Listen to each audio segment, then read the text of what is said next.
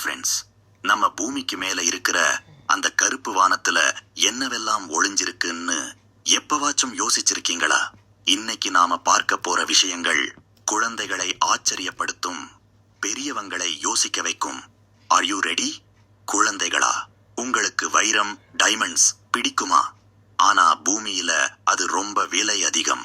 ஆனா விண்வெளியில ஒரு கிரகம் இருக்கு. அந்த கிரகத்துல 1/3 வெறும் வைரம் தான். பெரியவங்களுக்கான ஒரு ஃபேக்ட்: இந்த கிரகம் பூமியை விட 2 மடங்கு பெருசு. அங்க இருக்கிற அதீத வெப்பமும் அழுத்தமும் தான் அங்க இருக்கிற கார்பனை வைரமா மாத்திருக்கு. ஆனா அங்க போக முடியாது.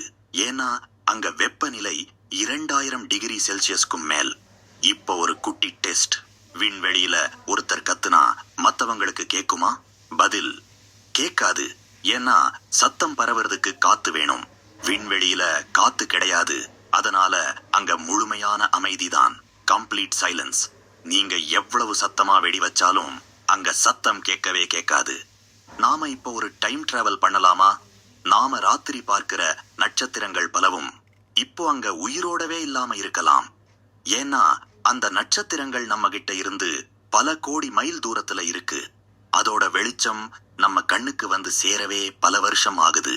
அதாவது நாம இப்போ பார்க்கிறது அந்த நட்சத்திரத்தோட பாஸ்ட், கடந்த காலம். விண்வெளி ஒரு பெரிய டைம் மெஷின் மாதிரி. இந்த தகவல் உங்களுக்கு பிடிச்சிருந்தா அந்த லைக் பட்டனை தட்டி விடுங்க.